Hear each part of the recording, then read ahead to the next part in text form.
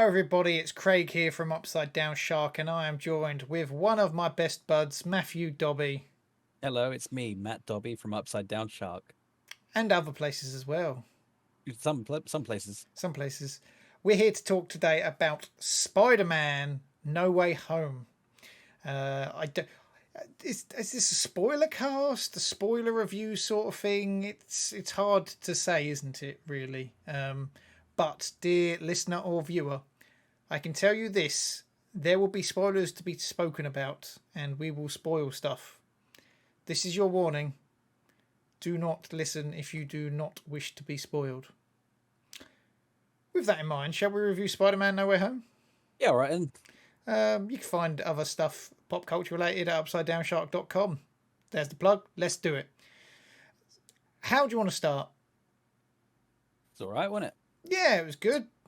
A bit noisy in the cinema where I was, unfortunately. it? It was really good, man. It was good. It was It, it hit all the beats all the uh, beats. you were expecting. It wasn't I don't know if it's necessarily the movie I was expecting it was going to be, but it was all a better for that, I think. From the trailers and the posters and stuff like that, I was wondering what will the actual plot be? What will be the hits? What will how will the story wrap up? And I suppose, in a sense, his greatest villain was himself. I guess so. I mean, what you could argue it was Doctor Strange in some ways, but I think more than anything, he caused this problem. It's his doing, isn't it? Yeah, I mean, if you had a magic man to get rid of everyone's memory rather than speak to someone to help you get into university, wouldn't you? No. No, no, no. So yeah, the film opens. They're trying to get into a really good college. They can't. He asks Doctor Strange for help. He gets goblins and ghouls from other universes come in, and that's the story, really, isn't it? That's it. It's basically that, yeah. Yeah. Not as far as stories go. I think the most grounded bit of it was these three people are struggling to get into MIT, and even that in itself is a hard thing to do and not realistic. Well, Um, it's funny you say that because I think in terms of what this movie is, a whole sort of multiversal, uh, not it's not a travel movie, but a multiversal. Here come lots of different bad guys from different franchises. In effect, I think it does a very good job at staying quite grounded for what it is. It feels going into the movie, you sort of think, well, you're gonna maybe they'll be traveling across universes, or all these bad guys we're going to be going all over the place, surely. But I mean, it stays very much within New York. It feels very contained because I think over the course, look, I think the movie maybe takes place over the course of a couple of days. Um, it feels surprisingly down to earth, and it feels above all else, it feels like the story of or a story belonging to the MCU's Tom Holland's Peter Parker. yes, yes. So we get the everyone knows Spider Man now. This is our third Spider Man on the screen, and I think at first Disney and Sony didn't know how to approach this, but this seems like the ultimate way to just get everything out in the open. And if they wanted to, they could revisit these characters as well, and have different shorts and vignettes in the past. But this film does a good job of not only addressing Tom Holland's Spider Man and his future, but also making better endings for some of these characters as well, that rather Yeah. than their original films. Do you want to say all the villains? So we've got we know the five villains who are there. We've got Alfred Molina's Doctor Octopus is back from Spider-Man 2. Willem Dafoe's Green Goblin is back from the first Spider-Man. We have Thomas Hayden Church is back as Sandman from Spider-Man 3. I remembered.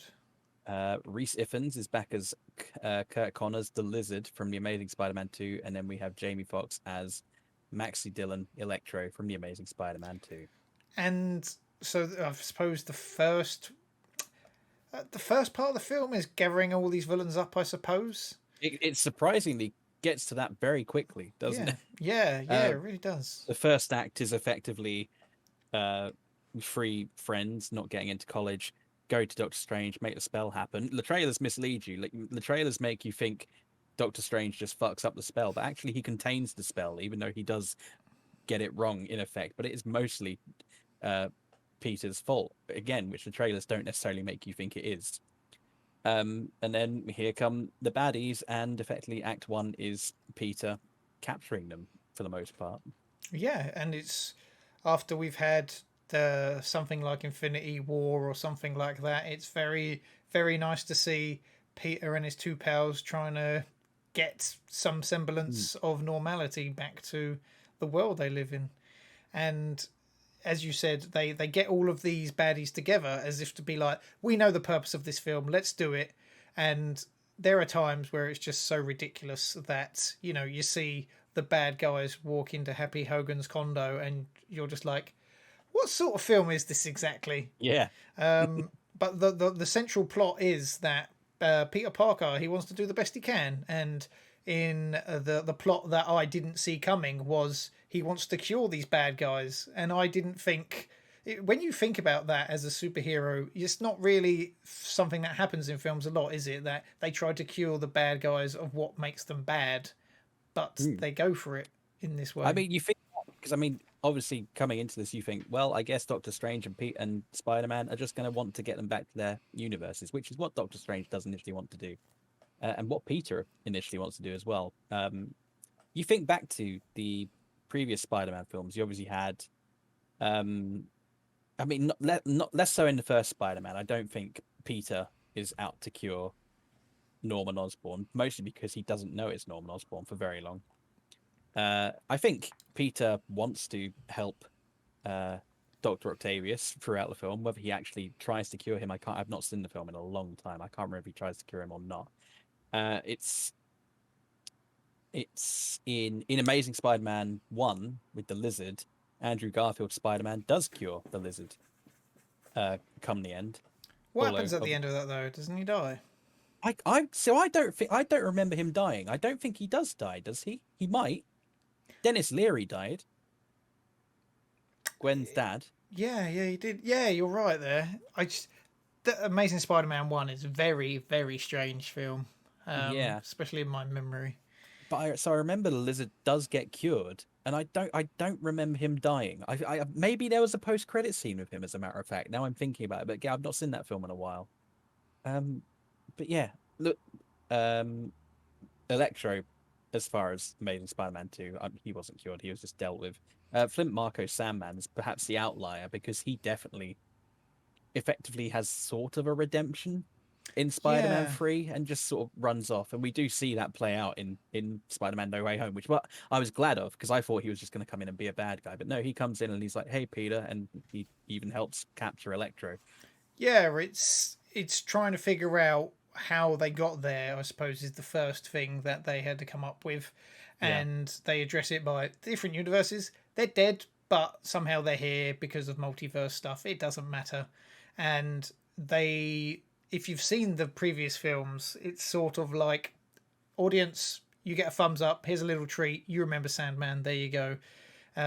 You remember Electro. He looks far more cooler than he did in Amazing Yeah. Spider-Man for some reason His now. airline has sorted itself out. And they mention that as well in the MCU sort of way that they would do, don't they? Yeah. And it was just for me seeing these characters because I think I've watched the Spider-Man films, you know, Tobey Maguire as a child, and then the Amazing Spider-Man I didn't think was as good, but seeing all these people together was just a mate. What's going on here? This is pretty good, isn't it? This is pretty different to Yeah. usual cinema at the very least. Because the way that franchises work, they don't acknowledge any rubbish like this, and they did. Um, so how do you want to approach Aunt May exactly? Well, so we It's mentioned her fault. It's her fault, Dobby. Pete. So Peter does eventually get the idea, as Craig has said, to try and cure these villains because it's very clear it's Norman Osborn who sort of sets the spark in motion. Norman, in the first Spider-Man movie, is a sort of dual personality in many ways. He's Norman, but also he's got this voice in his head, the Green Goblin side of him, um, who he sort of shuns off in No Way Home before running and finding Aunt May at Feast, I want to say, where she works. They're like a homeless shelter thing, I think. And she sees Norman Osborn as a terrified man out of place, and she's like, "Look, he needs help." And this sows the seed of doubt in Peter's head. What if he could save these people instead of just sending them back to what he later realizes is going to likely be their death for most of these characters? And he decides, at Aunt May's behest, to try and cure them. Uh, it looks like it's going well for a moment. He does cure Dr. Octopus. Yeah, And that stays the case as well, which surprised me. that's nice I to was see. glad it stayed the case because it makes the most sense for Doctor Octopus, really.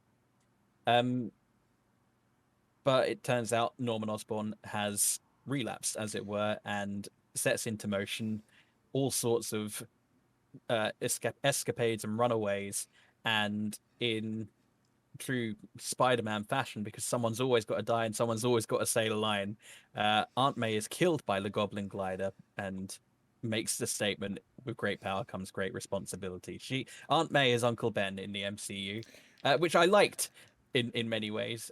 It's not the first repeated line we had. We earlier in the film we had Norman say he was something of a scientist himself, which was chuckle-inducing. I think that is one of Neil's favourite lines as well, isn't it? Yeah. But yeah, it's a pretty hefty emotional beat. Aunt May is killed, and it doesn't it for a moment it's like nothing's happened. It's like she's gotten up and it's fine. It's like, oh, okay, thank God she's okay. But no, she falls down. She is dead. The And glider to her body wasn't as graphic as the glider to Willem Dafoe's body in the first no, Spider-Man no, film. no sharp blades or anything. It was No. genuine blunt force trauma to the stomach, I think. Yeah. Um, I think one of my biggest criticisms of the film, and I don't have massive criticisms at all, but I think the scene with Aunt May's death does maybe go on a little bit longer than it needs to. It felt like we were there for a long time.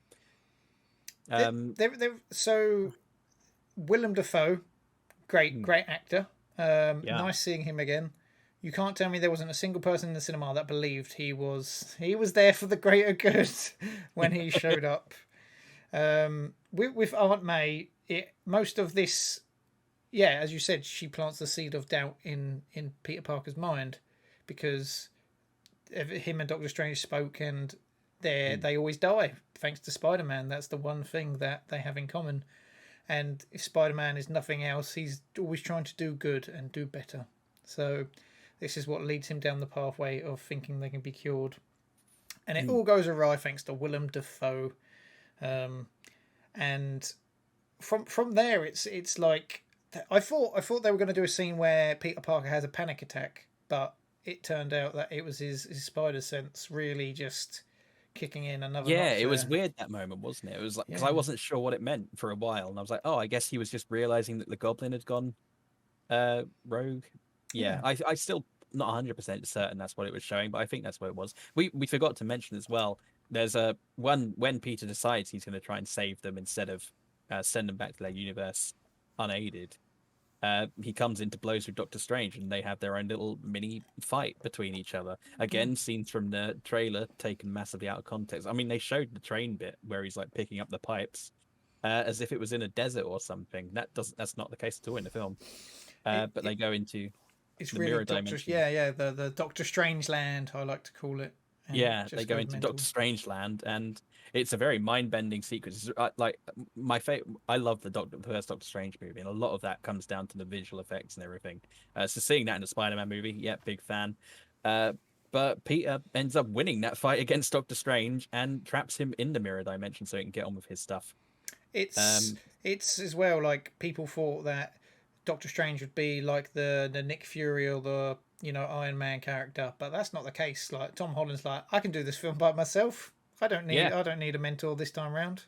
no, I think maybe he no, I don't even think he does fit a mentor role at all, to be honest.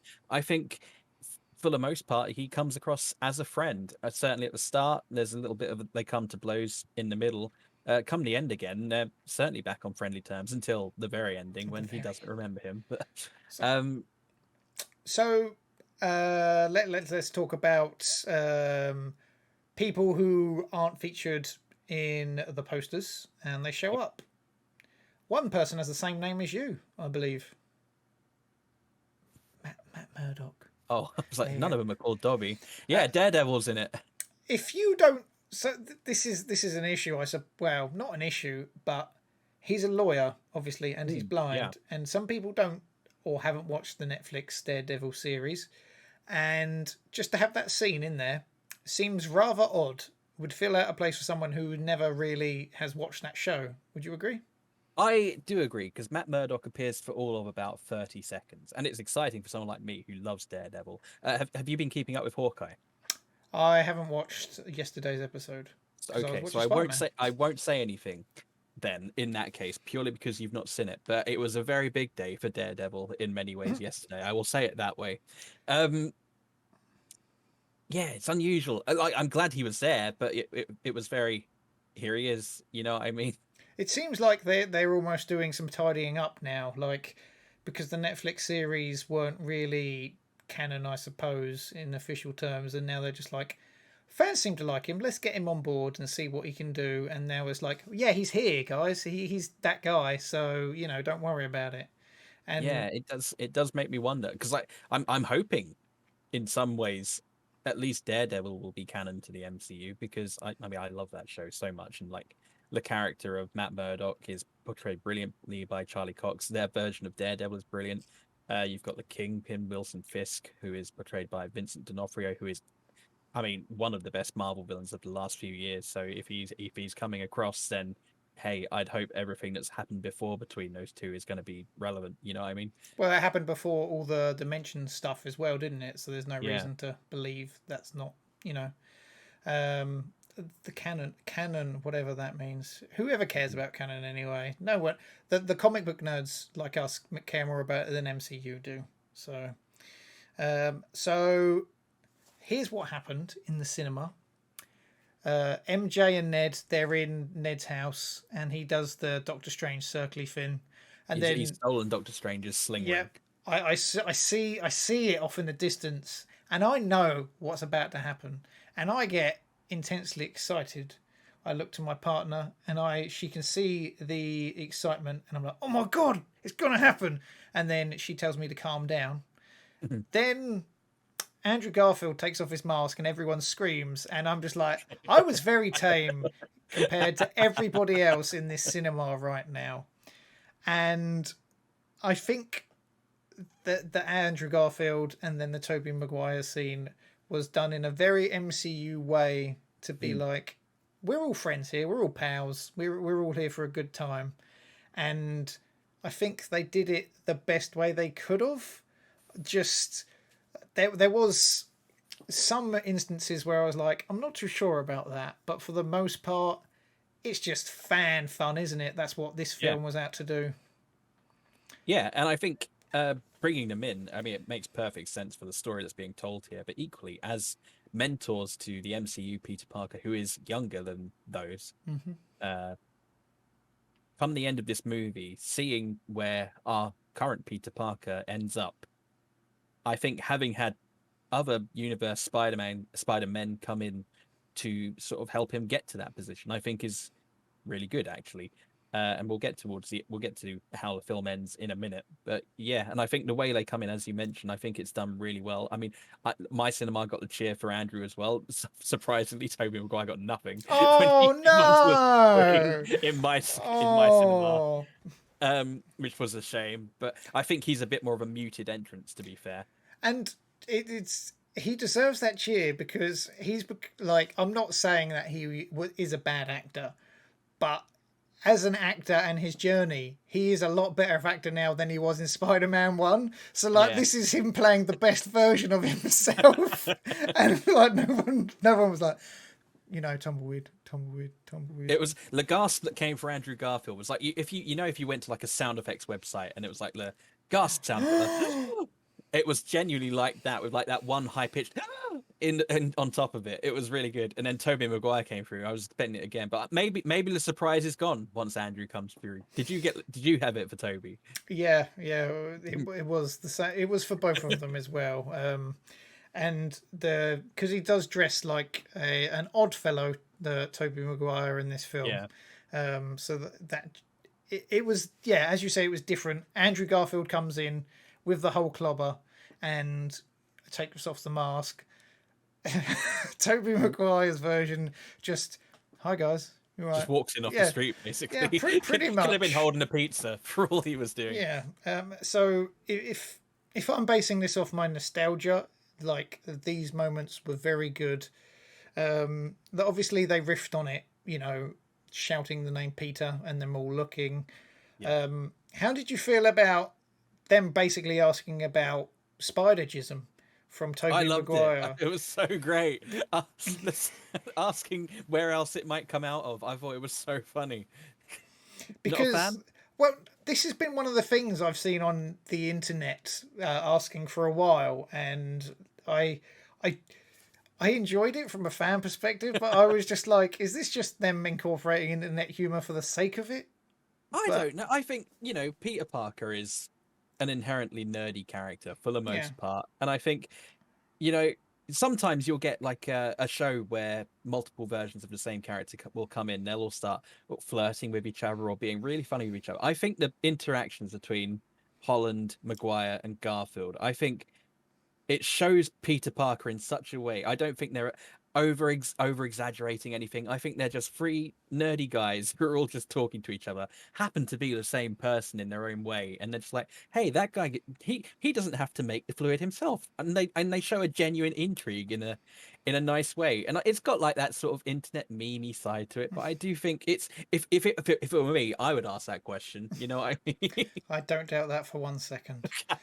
So you'd ask yourself, how do you jizz? If I no, it's not I'm not it comes out of his wrist and they go, does it come out of anywhere else? I would ask that because it'd be weird if it just came out of his wrists, because actual spiders, it doesn't come out of their arms, it comes out of their abdomen. So Of maybe it only course, makes yeah. sense it would come out of his ass or something. Yes, yes, of course, of course. You mentioned about their three Peters being there, and I think there was a good like 10 minutes of them all, and it was able to show how different the Peters are all portrayed. Mm. With Toby Maguire being the like old sage sort of thing, and I Yeah, think he effectively comes through aged up to where he would be now if his spider had continued. yeah, yeah, and I think we get to see here the nerdy side that the Peter, his Tobey Maguire's Peter never Mm. got round to doing in the films, and then we get Andrew Garfield's side, which is just total goofball. They goofballed him up so much. Yeah. Like he is the comedic relief of the Spider-Man in this film, and it's perfect. He plays it perfect. He felt because I think he was always a good Spider-Man. I think he felt even better as Spider-Man here Yeah, in many ways. He gets it, he nails it so well. And I think we even get the funny thing is you even get a little bit more of a sort of beyond story from each of them as to where their Spider-Man has gone on to. And he talks about how the death of Gwen Stacy, which again I'm sure we'll come to in a minute, the death of Gwen Stacy affected him and how he would stop pulling his punches and stuff and yeah. become more violent. And it's like, wow, I'd quite like to see that. And that I had this thought in my head, like they've mentioned that there is no Mm. reason why they can't do like shorts or things like that in the future. Maybe a what if, bringing Yeah, in like. I would love to see a live action of Andrew Garfield going through a dark time and beating people up as Spider Man, and they I could mean, do that. does this effectively mean those old Spider-Men are now effectively part of the MCU retroactively? Retroactively, that's a fan theory right there, isn't it? Because I mean, they've been in it They've and been their there. stories clearly happened. You know what I mean? And so it's really hard for me to like get my film critic brain out of my fan brain because Yeah, there's so many different nods and stuff. And you mentioned like the Andrew Garfield story, and then Tobey Maguire. It sounds like he's had a long life with MJ with issues as well, mm. and they're just little nods which expand the characters from the original film. But does that necessarily make this film good? You know? No, I see. I think moments like that are purely, for fans of the originals, as it were. I think it helps to maybe flesh out these other Spider-Men a little bit more to say, hey, yeah, the 3 movies they had, that wasn't their whole story. Equally, I don't think, you could say it makes the story we're being told in No Way Home any grander or anything. I mean, as a fan, I was loving it. As a movie fan, it makes no difference to me. I was kind of hoping they were going to throw in some maybe stories we didn't see with those Spider-Men. Like if one of them were to start talking about, I don't know, let's pick a random Spider-Man villain that's not been shown on screen. If one of them were to start talking about a giant scorpion guy, and we were like, oh man, he went on to fight the scorpion. That's cool. Something we wouldn't have seen, but it would have been a cool detail to just know. I But think that didn't happen, sadly. no. In that aspect, they were comparing villains they fought, Yeah. and it was then decided that Andrew Garfield has fought the lamest villains, because in that timeline, apparently, the second film happened and nothing, like Nothing else all of happened. those setups, nothing else happened, which really fit his character and was very funny to me at the very least. So I suppose the ending is where we get to now. Then at this point in the film, Norman Osborn is like the big bad, really. Yeah. And when you got Willem Dafoe, I don't think you can. Are you okay? Sorry, an ad came up on my wide screen. You can't even buy light bulbs these days without getting ads in them. It's horrible. When you've got Willem Dafoe, he's got to be the bad guy, right? He's just he loves the camera, and the camera Yeah. loves him. So we get to the final fight. They work together. They get cured. Willem Dafoe stabs Tobey Maguire, and it's a very confusing scene because it looks like he really stabbed him to death, but then he's standing up in the next scene, and And he's just like, I've been stabbed before, it's fine. yeah. I'll walk it off.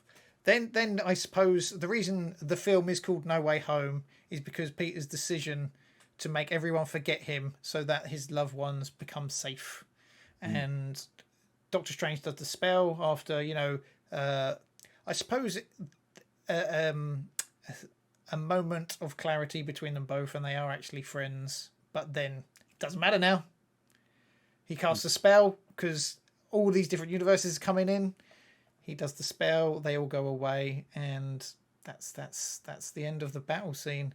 How do you feel that all these multiverses were coming in and ripping apart and stuff, just because of the memory of Spider-Man, and how if you get rid of my memory, then they won't do it? How do you feel about that being the plot point? That So the way it's explained in the movie is obviously anyone who knew Peter Parker was Spider-Man was going to be coming through because of the spell. But because Doctor Strange contained it, only the 5 villains that had come through and the 2 other Spider-Men had come through so far. Coincidentally, the ones we've already seen in the movies. When the spell is broken at the end, incidentally by the Goblin, who arrives late to the battle and throws in a pumpkin bomb. And I'll talk about that again in a minute, because I want to touch on the Green Goblin in the final battle a little bit. The spell is not contained. Doctor Strange struggles, and the multiverse starts to shatter. And now anyone from across the multiverse in the infinite potential worlds who knows that Peter Parker is Spider-Man is now starting to come through. As an idea, I really like that. It never goes far enough along that we get to see anything. I was genuinely sitting there thinking, we're going to get a Miles Morales here, aren't we? And it didn't happen. I was kind of sad about that. They even mentioned it, didn't they? And I was kind of sad about that. Even if it had just been the animated one from Into the Spider-Verse, I'd have been like, that's fucking interesting. What a weird way to do that. It never happens. We start to see sort of some formations of people who might be coming through, but it you never don't see. Can you? I was trying to figure out who they were, and that is just figures. I was hoping maybe like a silhouette of a villain or something, but it never happens that way. It's a shame, but also to just bring them in for a couple of minutes and then throw them away, you sort of have that Ghostbusters problem where it just unleashes lots of fucking ghosts and then they're gone. So I think I'm okay with that in that respect. You wanted to talk about Green Goblin. So Green Goblin, the final battle, I love the final battle between the 3 Spider-Men and the 3 main villains. I remember you saying as well, there's so many villains in this film. How would they make it work in that instance as well? And I Yeah. think for the most part, they were able to divide it up and make it make sense. I think each villain gets their own section to shine, Yeah. really, with the possible exception of the Lizard, who is sort of dealt with by Doctor Strange at the start and then just sort of throughout is He, there. yeah, he's like low tier villain in this film for sure. And we only Yeah, get one shot of Reese. Reese Ifans, yeah. Yeah, like quickly as he's deforming, and oh yeah, he's a naked lizard dude. We don't On to even the next see that one. he's only got the one arm. I Which is forgot about fine. that as well. Yeah. Um, so yeah, but Sandman, who isn't a bad guy but wants to go home, is there to fight because he wants to get the containment unit that would send him home. Lizard and Electro are there because they're out to stop Spider-Man sending them home. They want to be left alone, basically, and just be angry. Uh, it's those three versus the Spider-Men. That fight starts. It's all really good, and they're curing and curing as they go. Dr. Octopus shows up halfway through. So he comes in as Electro's doing his dirty work to one of the Spider-Men. And it looks as if Dr. Octopus is, On the bad guy team. on the bad guy team again. But no, little, I don't know what the word is. That's not the case. We'll put it that way. And he stops Electro himself, which I was very happy to see because I was like, of all the Spider-Man villains, the reason Dr. Octopus from Spider-Man 2 is held in such high regard is because it is so tragic a story, and you can genuinely see that he is a decent person who has been taken over by the tentacles and the chip that's been put in him, even more than Green Goblin, for example. A lot of people try and say to me that the Green Goblin in the first Spider-Man trilogy was a tragic character, and I don't think I necessarily fully agree, especially having watched that first movie again recently. I think he tries his best when he's not under control of the Goblin to not be taken, but I don't think he tries very hard. He certainly doesn't try to stop it. You know what I mean? Uh, What I just really enjoyed is where when we get the first glimpse of Willem Dafoe, straight away he's doing that reflection scene again because they do that in like nearly every movie he's in as well. yeah. It's really really funny. So the Goblin is effectively the big bad guy in this movie, who's turned all these other bad guys against Spider-Man again once they were sort of coming around to his idea. Uh, he is responsible for the death of Aunt May. He is at the midpoint responsible for the sort of what leads to the third act and sort of all the bad guys turning bad. Villain breakout. The villain breakout. It comes to the final battle. Basically, he turns up at the end, doesn't really fight anyone on the glider. He just sort of gets knocked off of the glider after throwing a pumpkin bomb into the containment unit that was holding the failed spell. Gets knocked off his glider, and then Tom Holland, who is, feeling very angry about the death of Aunt May, beats him to shit, quite frankly, which is very, very dark in what has already been quite a dark movie. Picks up the glider, ready to stab the Goblin, and it comes down to Tobey Maguire Spider-Man to stop him. Wise Sage. Wise Sage Peter. Yeah, I think the main thing for me with the Green Goblin in the final battle is I just don't think he's there for long enough. I'd have liked a little bit more, maybe, of even to see the Tobey Maguire Spider-Man fight him again, because we don't really get that scene, and I'd have liked to see that. And I suppose if you think about it, in the first Spider-Man film, Green Goblin stabs himself in the back, Yeah, and in this film, he stabs his Spider-Man in the back. yeah. Think about that, cinematographer. Yeah, that's his arc is complete. He finally Yes. gets to stab Spidey. It's very straight. Like the ending is, it is what it is. Obviously, we get the build up there. What would you have liked to see from the Green Goblin exactly to make it feel a bit better? I think it's just a case of him not fighting very much on the glider. When I think of the Green Goblin, the thing that comes to mind is the glider. You got the pumpkin bombs as well, but the glider is the main thing. And I think for the most part, he doesn't use it in this movie. He arrives on it initially, he summons it, and it kills Aunt May, and then he arrives on it again. We don't really see him using it, aside from arriving at the final battle, but then he's knocked off of it. All I'd have liked is maybe just a shot or two, him flying around the Statue of Liberty, Spider-Man's trying to knock him off the glider, or he's dodging them on the glider. That's all I'd have liked. A little bit more of that. You know what I mean? Yeah, yeah. So we get to the ending of the film. Peter will reintroduce himself to MJ and Ned. There was a scene there where I thought MJ and Ned were together for a brief second. I was worried about that as well. Turns out they're not. And he's about to do it. Like if you're her in that scene, it feels like she knew something was up but didn't question anything. But then he drinks his coffee and goes, knowing that their life would be a lot better without him, which is a very selfless thing to do, I believe. And then the final scene is of Peter in his new apartment, basically becoming the Peter Parker from the comic books, really, when he's by himself, being the friendly neighborhood Spider-Man. And you leave the cinema thinking, all these Tom Holland films were a waste of time, really, in the grand scheme of things. Like this universe has gone through blips and people forgetting themselves now. What exactly could happen next? They don't care. They'll do anything.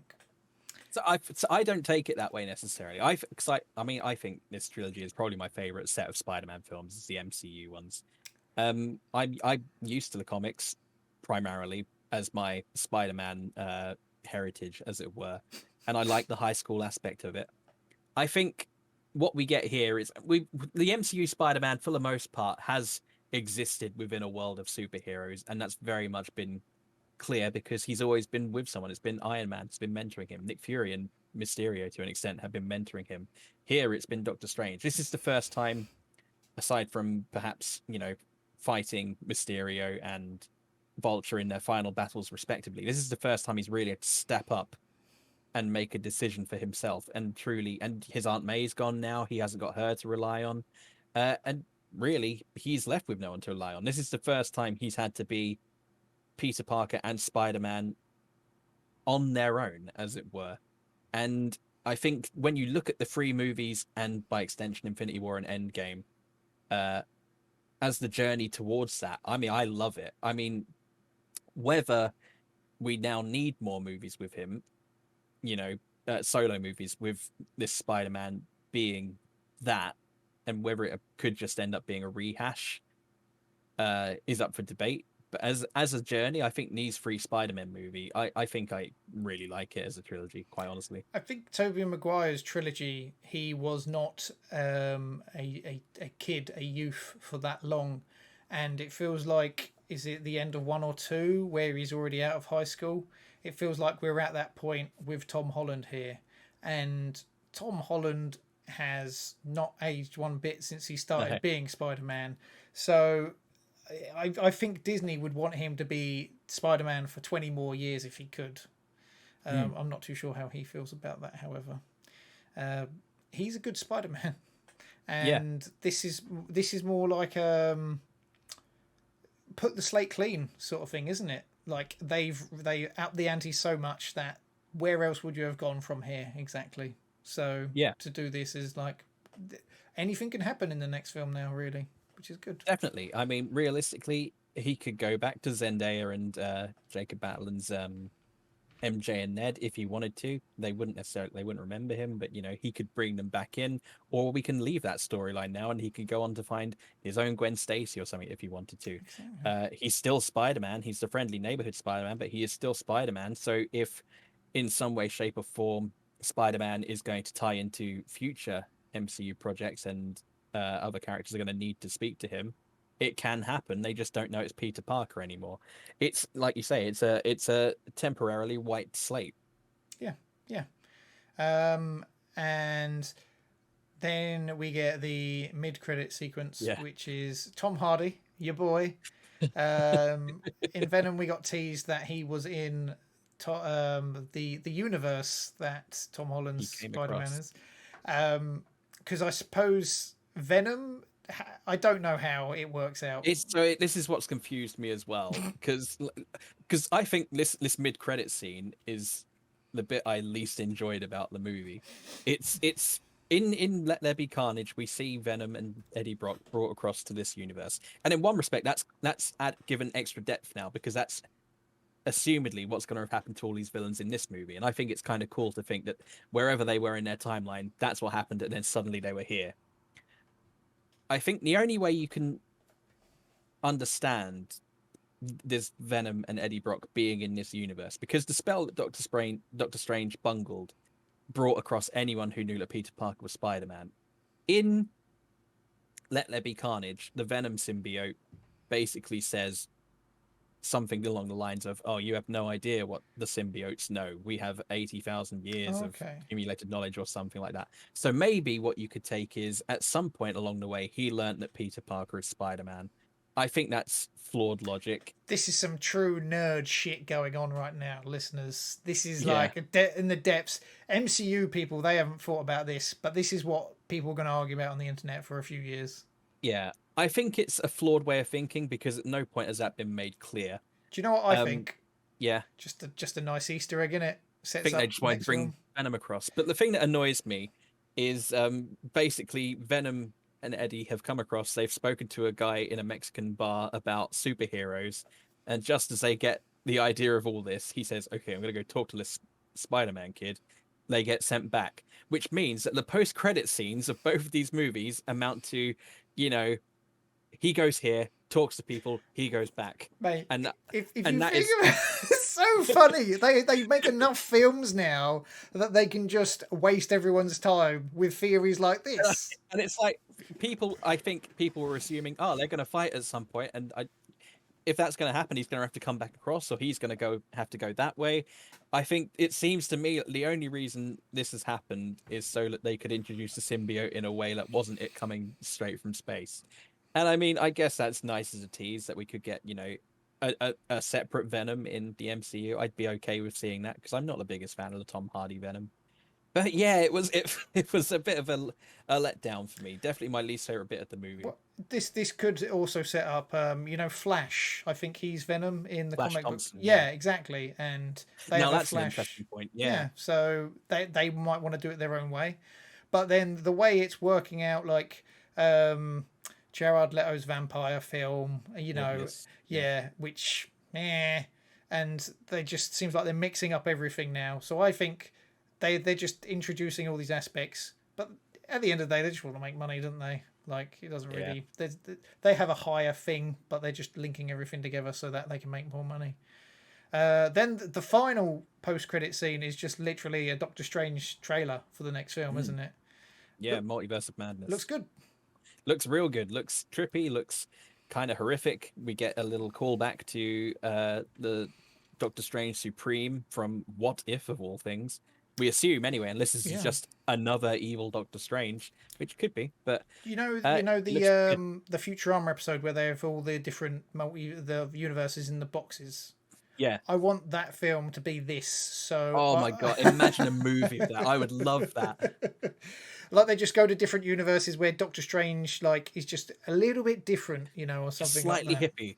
Yeah, like he falls through the wrong portal and then he has to make his way back through like a desert, civilization where Mm. the only people there are bugs that talk to him or something stupid like that. I would enjoy that. That seems good. So I guess that's us talking about the film, what we liked, what we didn't like. If we were to review it, I would say that it is a good action film which, if you have nostalgia for Spider Man, will only be better. Mm. If this is going to be your first Spider Man film, I wouldn't recommend it at all. Um, It's an excellent Spider-Man movie. If you're only au fait with the Tom Holland Spider-Man movies, yeah, I think you'll still love it. But if you know the Tobey Maguire and Andrew Garfield ones, you're rewarded for that knowledge. Certainly in a scene where Andrew Garfield, who failed to save Gwen Stacy after a fall, manages to save MJ after a fall, and that's you know saw pure that fan. in the trailer, like she was falling. I'm like, I know what they're going to do here. Just Yeah. know it. Um, I don't know if it's my favorite Holland Spider-Man. I really love Far From Home. I think I need to see this a few more times before I can say that for certain. I would take it. I mean, I'm sure there will be people who compare it to Into the Spider-Verse. I'm sure you love Into the Spider-Verse. I'm sort of indifferent to Into the Spider-Verse, and I'd definitely take No Way Home over Into the Spider-Verse. So the credit sequence is very similar to Into the Spider-Verse. Like Yeah. they've got arty style credits with different Spider-Men all over the place, and I was like, this is exactly like Into the Spider-Verse. When Into the Spider-Verse started, I thought, what a good idea. Shame we wouldn't really. It will probably take years for that to happen in real life, but it didn't take that long, really, in the grand No. scheme of things. And I think they've done it very well. Yeah. It is a good film. It's a very good film, and it remains. It's an emotional film, and above all else, it is the story of Peter Parker truly standing up into who he can be. I think. Yeah, and that's what No Way Home means, isn't it? It's him to make his decisions, knowing that there is no way for him to go back to his life. Yeah. Eons ago, and we got here without even seeing Uncle Ben. So thumbs up to everyone for that. Well done. Yeah. I don't think there's anything else to cover. Do you? I don't think so. I don't think, as a cinema experience, obviously we've had the coronavirus and everything going on. Aside from things, I think Avengers, but I don't think this had as many gasps and cheers as the No. Avengers did. I mean, I don't think we'll have another experience like Endgame in our lifetime, honestly. Yes. I think this came. I don't even think I could say this came close, but it was nice to be in a cinema in the UK, which is usually much more reserved when it comes to cinema clapping and cheering. It was nice to hear that again, certainly after 2 years with very little cinema. I would say like the reaction may have been on par from when I saw Avengers 4 from the shock value, because there's money to be made in these films, but you think there are comic book nerds like me and you that really love these films from a childhood perspective, and to do nostalgia in a right way is sometimes hard to do. Yeah, true. But Marvel have been able to do it with this film. So there you go. That's our 48-minute review of the film. Just for us to say we like it. Go and watch it, but only if you like Spider-Man, I suppose. UpsideDownShark.com. If you're listening to this on the podcast feed, then next week should be the Sharkies video game episode. Video games, yeah, your episode. Yes. If you're watching this on YouTube, subscribe. I hear it's good. Till next time then, Dobbie. Happy Christmas. And a beloved New Year.